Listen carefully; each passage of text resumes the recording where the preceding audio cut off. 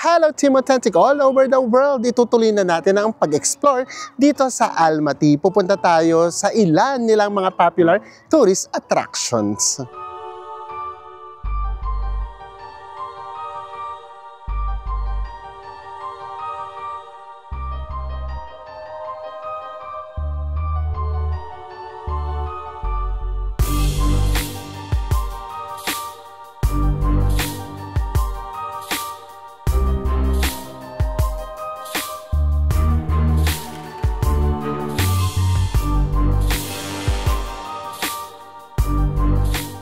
Sa mga hindi pa rin po nakasubscribe dyan, please do subscribe. Kung magbubuk po kayo Bayaklok, ito po yung ating promo code. At kung hotels naman sa Agoda, nasa ibaba po ang ating affiliate link. Ano pang gagawin? Tara na, go with me, Mel. I just want us to go. Drop everything and just go. Hello everyone! Maayong araw guys! Itutuloy na natin ang pag-explore dito sa Almaty! Yes, and in this episode, ang puntahan naman natin yung ilan sa mga popular na pwede nating makita dito mismo sa Almaty City. And also, alam niyo naman kami, mahilig kami sa mga pa-park. So, syempre, pupunta rin tayo sa mga park para maipakita namin sa inyo yung magiging vibe. Just in case lang, bibisita kayo rito sa Almaty. And today is November 22. Ito nga yung nabasa namin. Nagta-transition pa lang talaga sa winter na winter. Kung magkakatatapos lang ng autumn, nasa transition stage pa lang or season. Which is yun naman yung gusto namin. Ayaw talaga namin nung talagang umuulan na talaga ng snow. Kasi ang hirap din mag-explore. And then napansin na kaagad namin kagabi pa lang, ang makikita nyo sa labas yung mga younger na population, as in mga bata. Kahit yung nakasabay namin sa kainan kahapon sa Popeyes, as in grupo-grupo sila ng mga kabataan. Ganda, no? Nakakaibang bansa. And then dito pa lang, pwede na kayo magmuni-muni. Kasi ang daming ginawa or nakalagay na mga chairs. Una nating puntahan ay yung university. Kasi doon din merong magandang view. Nakita namin yung background kanina. Ganda, no? Naglalakad pa lang tayo niyan, guys. Ganito nang kaganda yung view natin. There's something about the place. Gusto niyo yan? Grabe, parang ang magical nung dating sa amin.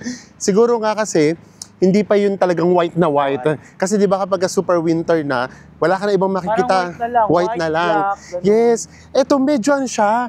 Yung kulay niya, hindi siya makulay. Ano mo tawag doon? Yung nag-fade. Ganyan yung itsura niya, parang nag-fade yung kulay. Kasi sinabay yung paksi ng mga puno, di ba? Yung lagas na yung mga dahon. So, ganun yung itsura niya. Parang ang chill, ang magical, ganyan. Tingnan niyo naman yung mga winter clothes nila.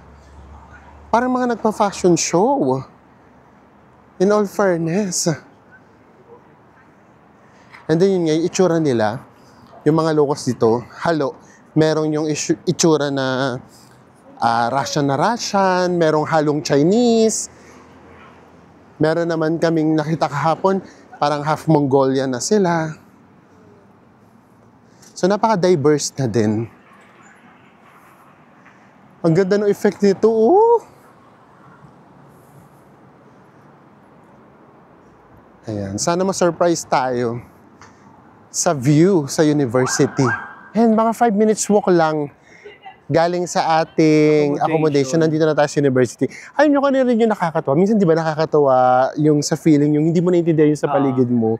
So mostly kasi dito, of course, kaya nilang magsalita ng Russian. And of course, alam na rin naman natin yan kung history pag-uusapan.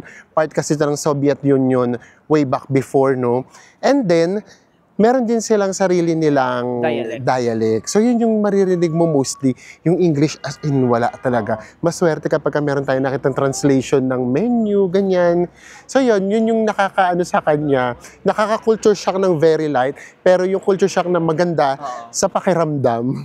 And eto na nga yung Al-Farabi Kazakh National University. OMG. Kung dito ka ba naman nag-aaral, kung dito ako nag-aaral, malamang puro lineup na yun ng grades ko. Charot. Grabe, nakikita nyo ba?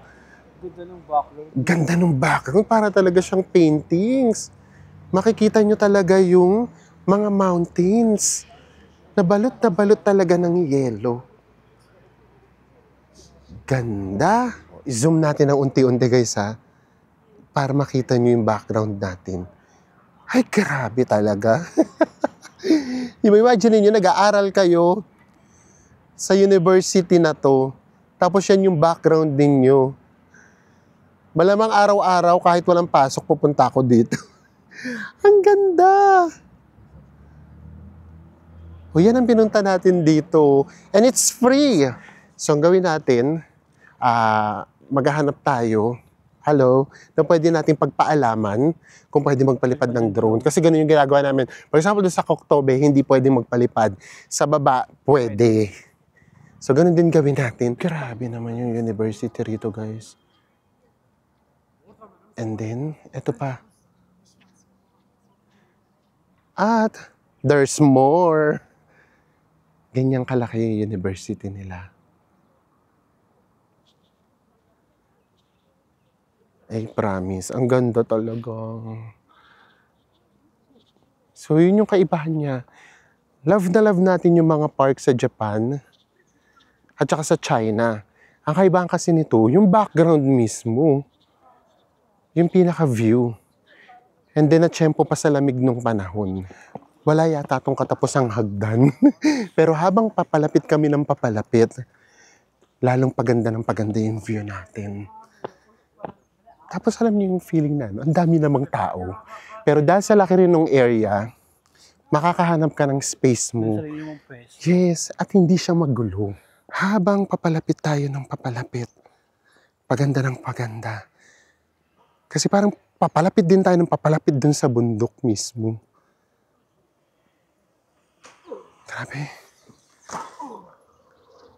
Nakaka-amaze talaga siya. Ganito nang kahaba yung nalalakad natin. And yung inaakyatan natin. Pero pag narating nyo na to, itong pinaka-platform na to, OMG. Ito naman yung view na bubungad sa inyo. Ito na yung puro bundok. Ang ganda. Diyos ko, kahit dito na maupo lang kami rito, caring-caring na namin yan. With this view. So ito talaga, pag pupunta kayo rito, kung ganito kaganda yung view ninyo na gusto ninyo, pa-winter talaga. Dahil wala tayong matanungan kung pwede magpalipad ng drone, pagpasensyahan nyo na muna ito. Ito lang naman ang view natin. I-zoom na lang natin ng i-zoom. Naka-times 2 lang yan, guys. Ganun tayo kalapit. Ang ganda. Try pa natin i-zoom para mas maging maliwanag pa sa inyo. Kaya nga din kasi yung panahon, so parang nagiging blur nga siya dahil sa mga ulap din na pumapaligid sa kanya. O imagine, ito yung mga papunta tayo ng Nepal, di ba, Bes? May nakikita kaming ganito. Nepal, India. Pero, as in nasa taas kami nasa eroplano tayo. Eh ngayon, nakikita natin siya mismo dito sa baba. Ganun siyang kaganda. At ganun ka-unique yung experience. And guys, again, nasa university tayo. Ka-lurks, di ba? Ganda! Isa pa lang itong napupuntahan natin, ha? Para ayaw na nga namin umalis. Dito na lang tayo. Malapit pa sa accommodation natin. Walking distance lang.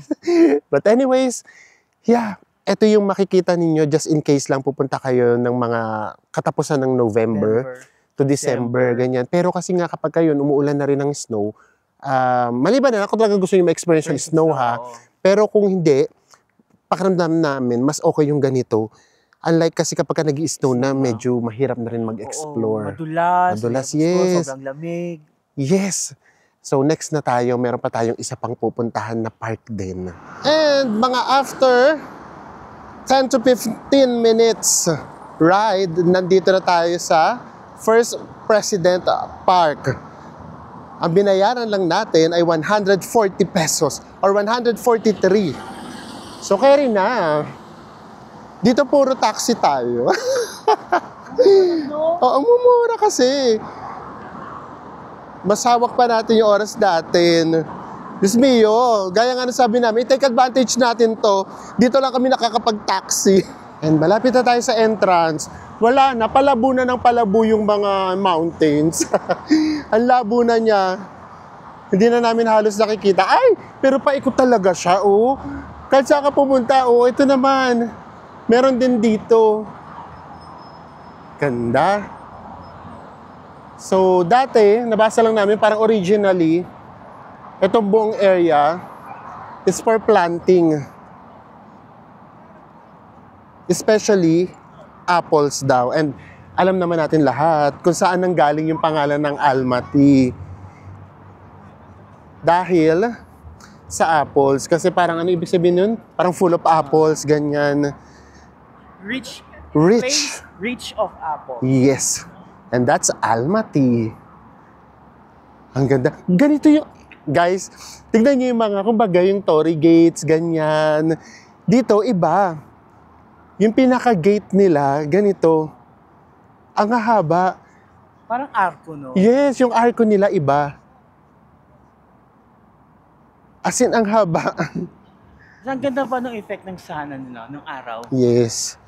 Lalo na siguro mamayang sunset. Hindi yun, sinusundan tayo ng mga mountains. Kahit saan tayo pumunta, sila talaga nakikita Siya natin. talaga magiging background na. Yes. As in, para lang siyang drawing na nasa paligid natin. Ito rin, napakalaking area nito. So kahit hindi na natin maikot lahat, at least makita lang natin.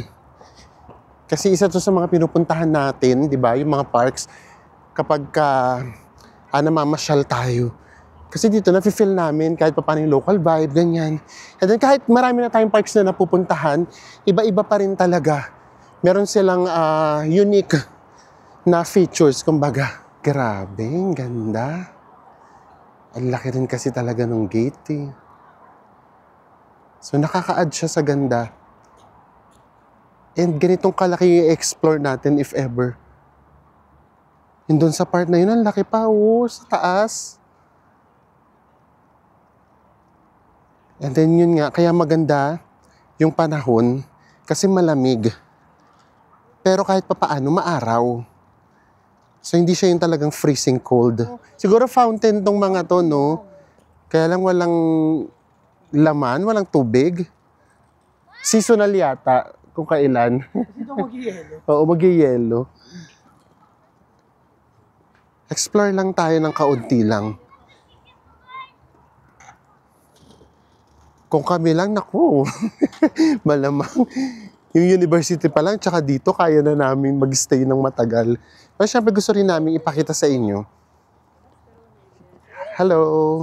Gusto rin namin sa inyo ipakita yung mga pwede ninyong puntahan dito sa Almaty.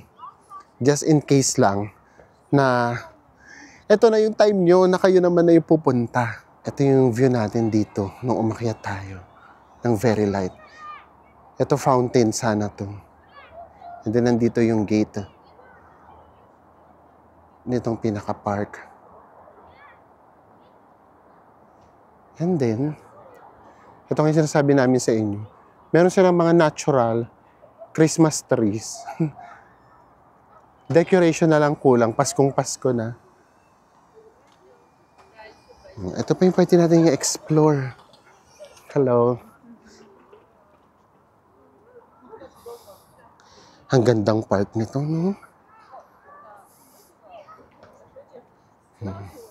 Siguro, upo lang tayo somewhere.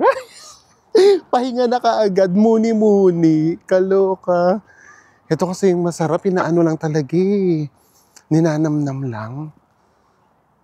And then yun nga, ang laki niyang area pero ang konti ng tao.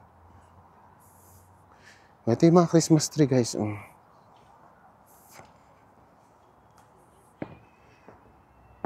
Grabe. Napaka-relaxing lang. At nakakatuwa, Meron ditong playground.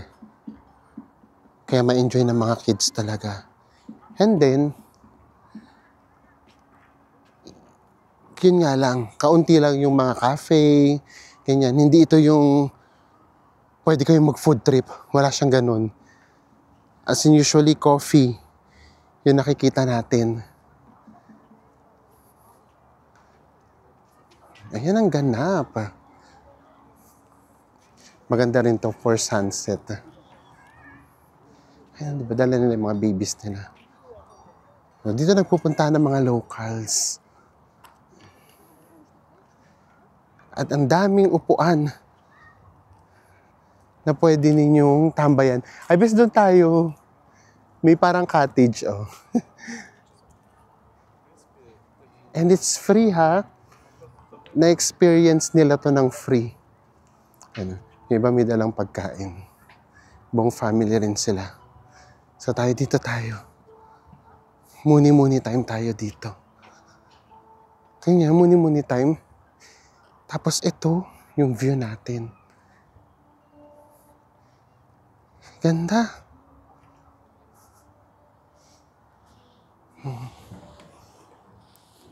At sinasabi namin sa inyo yung mga dahon, yung nagpe-fade na yung color. Kaya yung paligid, iba yung feels Sobrang mas relaxing siya. Tapos na tayo magmuni-muni sandali. Sila rin, tapos na rin silang kumain. Baon nila KFC. Ang maganda doon, tignan nyo sila. Clean as you go. Diba? Kaya napapanatiling maganda May naririnig kami doong, ano tawag mo doon? Basking. Nagbabasking. Na dati wala akong ibang sinasabi ko, hindi nag-acoustic. Grabe, lalong naging romantic yung place.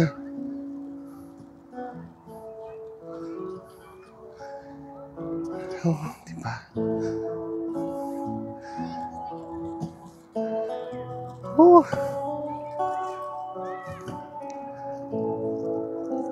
Ang ganda ng vibe. And, ang ganda pa ng view.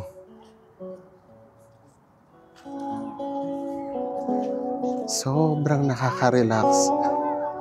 And ang romantic lang nung dating.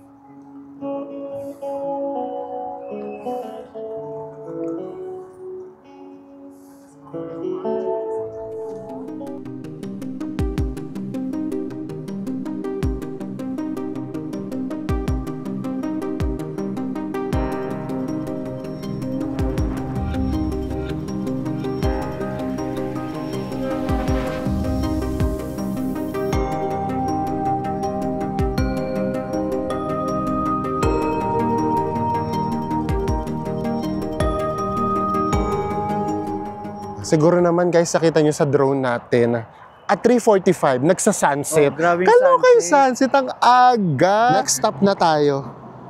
Pupunta tayo ng museum, and tignan nyo naman yung sunset. And guys 200 pesos lang to. Let's go. It's 4 p.m. Katatapos lang ng sunset. And nag-iba na rin kaagad yung vibe. Nag-iba yung kulay ng paligid. So hanggang mamayang gabi magkasama tayo para may pakita namin sa inyo. And makapag first impression kaagad tayo ng Almaty. Ito yung sinasabi namin sa inyo. Yung Almaty, as in modern city siya. Ang lalaki din ng mga buildings, ang tataas. Pero yun nga, yung vibe kasi yung kakaiba. Yung parang, yung mahirap talaga explain, sorry naman kaagad.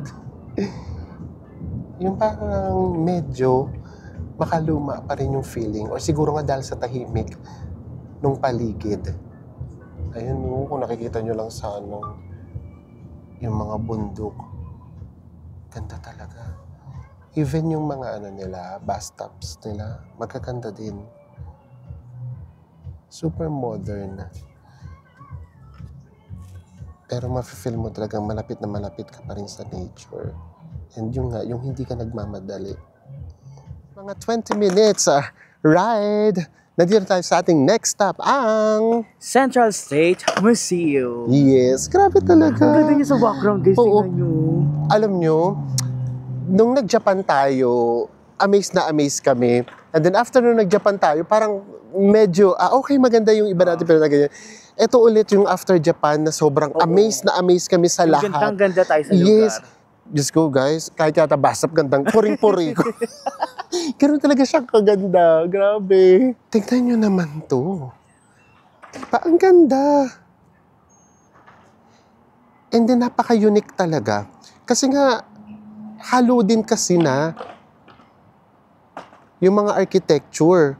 Actually, may nababasa nga kami. Hindi kasi namin alam. Hindi pa naman kasi kami nakapag-Europe. May European siya. Tapos, yung ancient, meron din.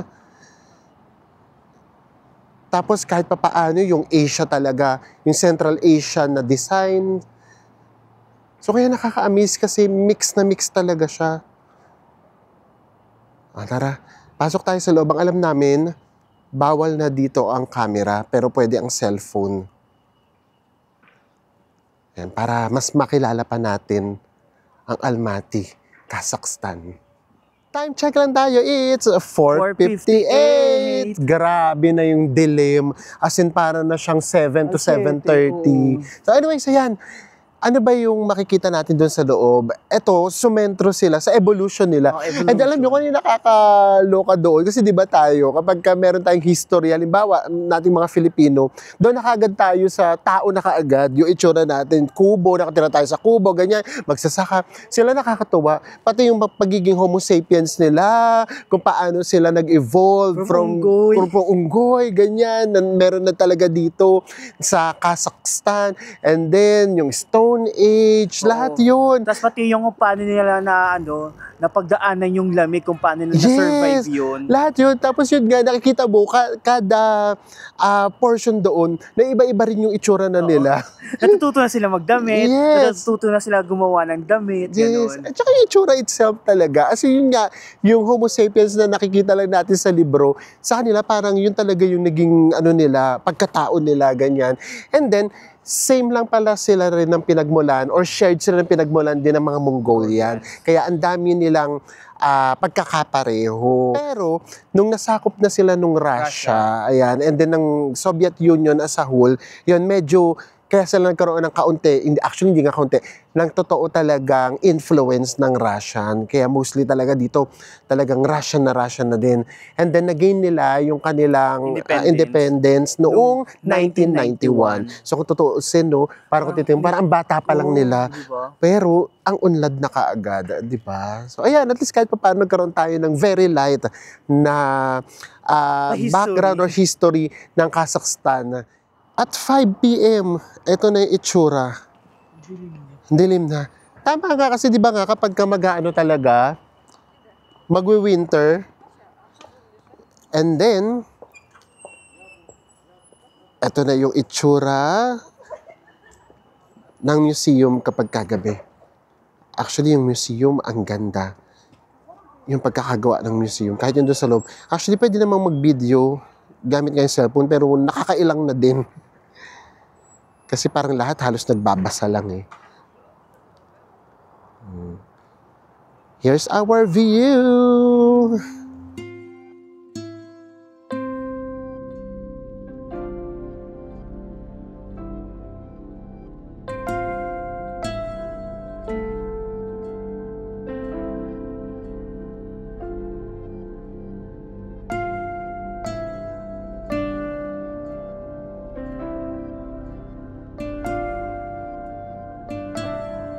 And for our last stop for tonight, nandito naman tayo sa Ascension Cathedral. And ang naging pamasahe natin ay 110 pesos. Yes, ang mura lang. Ang sarap magmasyal dito. Guys, yes. Car. Oo. Tingnan nyo naman. At 5:30 p.m. Gabing-gabi na talaga siya. And makikita nyo, from the forest, puro puno siya. Tapos biglang, nandito yung cathedral. Ang ganda ng cathedral. Kaya hinuli namin to kasi gusto namin siyang makita talaga gabi. Kasi nga, para kapag ka nag-ilaw, ganda! Grabe. Alam nyo, hindi sa pag-uumuwi, ang magical talaga nung vibe. Kasi nga yung lamig ng panahon, tapos yung energy mo, ang ano-ano, pantas-taas pa, pero gabi na pala. Ayan o, ganda. This is not our traditional church. Ang arte nun, kasi tingnan yung design niya. Pati yung pinaka-dome, may iba-iba siyang colors. Sana may maabutan tayong misa, no? Today is Saturday. Wala kaming naririnig. Ang sarap din ng may misa. Nagsisimba kayong hindi mo naiintindihan, pero nafe-feel mo siya. Ganda, no? Biglang tumunog yung kampana.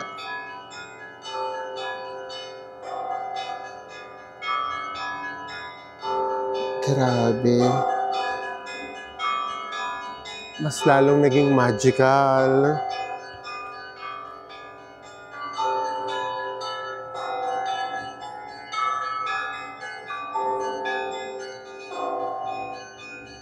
Ganda.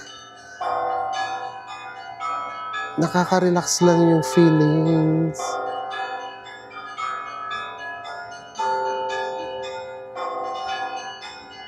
Oh, fabulous. Thank you, Lord, for this wonderful experience. Maraming salamat po. Pasok tayo sa loob. Baka bukas pa. Makita lang natin yung pinaka-design man lang. And then, tignan natin. Kasi yung mga ganitong simbahan, talagang mas solemn na solemn talaga siya. Lalo na, tignan nyo naman. Halos walang tao. Mukha lang siyang pagka-dilim-dilim. Pero hindi naman kapag ka nandito sakto lang. And then ito yung mga bawal. Nakalagay na bawal yung cellphone. Don't take pictures of people. Nakalagay. And then, yung mga mag-excursion, meron pala silang time 10 to 4 p.m. Tapos sa mga babae, need nyo guys i-cover yung head nyo. Sa mga lalaki naman, take off your hats. Hindi na tayo nakapag-video doon sa loob, guys, kasi nahiya na kami. Alam niyo kung bakit? Ito yung pinaka-solemn na seremonya na na-witness namin. Nakakaano kasi doon, nakakaantig siya. Una, meron kasi siyang parang misa. Pero hindi naman natin naiintindihan. And then, alam nyo ba, yung ilaw, hindi ito yung usual na simbahan na may upuan na nakatayo lang lahat. Tapos maliit na area lang siya. Tapos, yung nasa gitna lang yung may ilaw, yung mismong altar lang. Tapos yun lang talaga siya. Na parang dim light. Dim light na lahat. So lahat nung nagdadasal, lahat nung nakikinig ng misa, nakatayo lang. Tapos, hindi mo sila masyadong maaaninag. As in, yung sentro ng pansin mo, nandoon lang talaga sa altar. Ay, grabe. As in, parang pakiramdam ko, umano yung soul ko. Tapos iba din yung kasi di ba ngayon nagdadasal sila gamit nila yung language nila. Yes. Tapos daw idasal mabagal, tapos malumanay, tapos hindi natin maintindihan. Kaya parang there's something inyo talaga na maantig. Yes. Hindi mo naintindihan pero tumatagos siya sa puso at kaluluwa.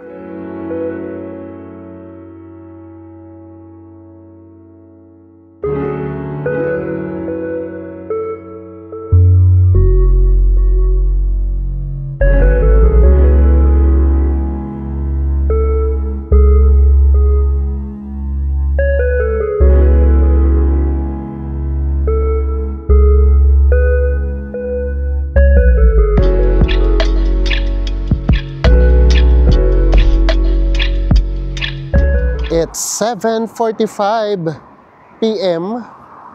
Bumalik tayo ng very light lang naman. Sandaling-sandali lang sa ating accommodation. Nakakatuwa dito, guys. Meron talaga dito mga naglalaro. Tapos yung iba teenager na. And this time naman, kakain na tayo. Dito kami kumain kahapon. Meron kasi ditong mall. Pero grabe, mas lumamig na. Yes, mas malamig ngayon. Pero guys, upon checking, 5 degrees lang guys, pero Yes. yung lamig ngayon, grabe. Grabe. Pakiramdam namin mas malamig ngayon kaysa sa kayo ng umaga na negative 1. baka kasi kanina kasi may araw-araw kahit pa Baka. paano. Pero yun. Usok check. Usok check. And of course, nag-bonnet na rin ako. Actually, as much as possible, ayoko nagbo-bonnet kasi nga mukha akong Joel Dapper kapag naka-bonnet ako. Kaya lang, mas maganda na rin tong ganito, hindi talaga kaya. Tapos ito yung nabili natin, na heat tech na din. Iba nga pala yung saksakan dito guys ha.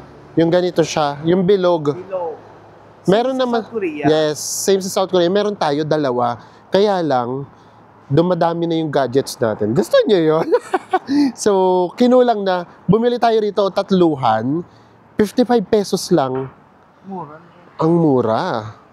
Actually, ang mahal talaga dito, for us lang naman ha, yung pagkain. Parang kailangan meron kang 500 pesos per meal. Kasi yung Papay, kumain tayo kahapon, 400 something. Pero grabe naman yun, busog na busog naman kami. Talaga ano siya, literal na ano pala yun, chicken burger. As in chicken pala talaga siya. And then, meron pang dalawang parang chicken fillet and then fries. Ayun. So, pakiramdam namin, sa 500 pesos, mabubusog na kayo. Ganito yung mga itsura nung kainan dito. Di ba nakaka-Hollywood? Ito kasi yung mga nakikita namin sa Hollywood eh. Na mga old movies. And then dito tayo kumain. Attack Mall. Malapit na malapit lang yan sa accommodation natin. Diyan yung Popeyes, tapos meron din diyang Starbucks. Krispy Kreme meron din. I am cafe. I am Cafe, nakakala namin kahapon McDonald's. So ngayon, hanap naman tayo. Ang hinahanap kasi namin para mga traditional, pero sa totoo lang, wala pa kaming nakikita.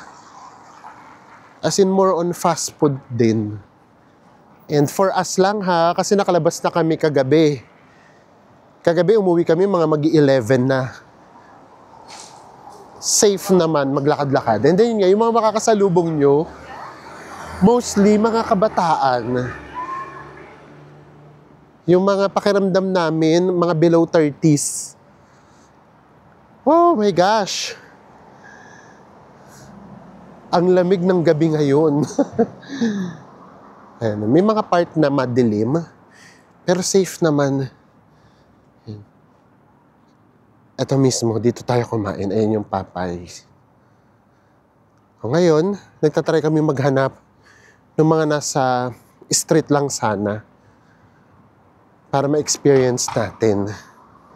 Ito na ang vibe dito sa Almaty kapag kagabi. Yung iba sarado na, yung mga shops. Pero yung mga kainan, bukas pa. Pati yung mga cafe nila, actually, yung gaganda rin ng designs.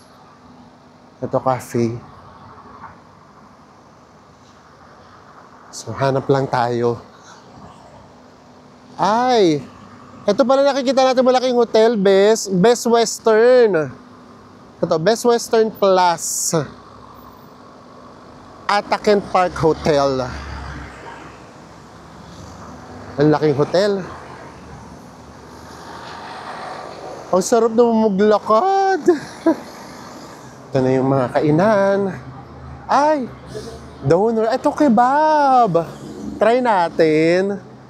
O try natin. Huwag muna tayo tumingin ng presyo. Pikit muna natin. Pikit muna tayo. Busog tayo, sarap. Oo. Tapos ang ganda kasi. O diba? Nakakatulong din pala na maganda talaga yung yung tendahan. Kasi nakakainganyo siya eh. Ayan, nandito na nga tayo. Tingnan naman. Ganda ng restaurant. Tapos merong mga sabitan ng mga coats. Ito yung mga presyohan. Bes, magkano yung 3,400? Ito kasi na naiibigan ko sana. 3,400. Etong with rice. 374. Yung 4,000, ayun mga rice mill na yan, oh. May tunay nga, oh. 440. 440 lang. Okay rin na to.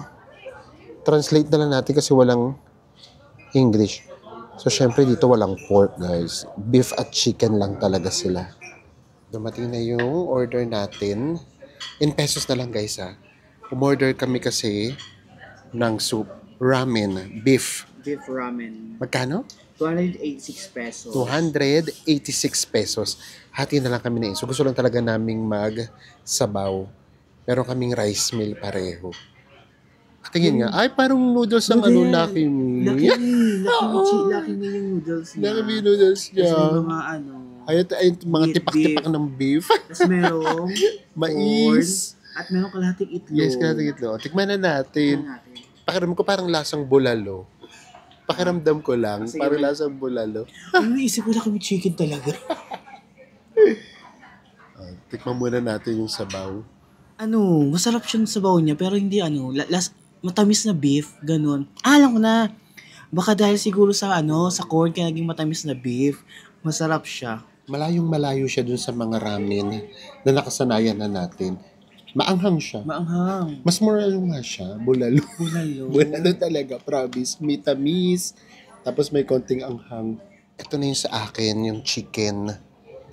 Actually, hindi na namin alam kung anong tawag sa kanya. Ito panalo to. For 319 pesos, carry na to. Meron pang ano yung sa Indian na na pita. Oo. And then ito naman yung kay Enzo. Yung kay Enzo naman ay 341. So ito palang nakakabusog na. Kaya lang kasi, nag-crave kami sa misabaw siguro nga kasi dahil malamig. Noong natikman ko ngayon ramen, sabi ko sana pala ramen na lang ako. Hindi na ako nag-rice. So ito na yung ating meal. Ito ang dinner natin for tonight. And nandito na nga tayo guys sa ating accommodation. Ito yung mga nagastos natin guys. Una, sa transportation natin, 603 pesos. Since dalawa kami ni Mel, i-divide natin sa 2, yun ay magiging 301.50 centavos. Tapos yung naging, binayaran na nating entrance fee doon lang sa may museum, which is 550 pesos. In total, lahat-lahat, kasama yung transpo ay 851.50 centavos. Yes, so yan yung nagastos natin the whole day. Yun nga, tapos yung transportation pa natin, napaka-convenient. And then yung pagkain, depende kasi talaga kaya hindi na namin sinasama kung magkano yung nakakain natin kasi iba-iba talaga tayo. So yan po, sana po na-enjoy nyo po yung ating first impression dito sa Kazakhstan, sa Almaty. Pero kailangan na din namin sa inyo sabihin yung tungkol naman doon sa mga locals, kung ano ba yung first impression natin. Sa totoo lang baka kasi minsan yung itsura kasi na nakaka-intimidate. Pero the truth is, minsan kasi nahihiya lang sila dahil hindi nga sila marunong mag-English. Pero sa totoo lang, ang babait nila. Meron pa nga dong isa, nagpa-picture pa sa atin, tapos sabi niya, Kazakhs and Filipinos are friends. So yung mababait naman sila. First impression, ano pa ba? Ang linis ng Almaty, Kazakhstan, and then iba talaga yung vibe niya. So, ayan. So, again, magkita-kita ulit tayo sa mga susunod pa natin travel vlogs. Yung susunod kasi, this time, magdi-day tour na tayo. Kaya itong ginawa natin yan, as in DIY lang talaga. See you again, everyone! Bye! Bye!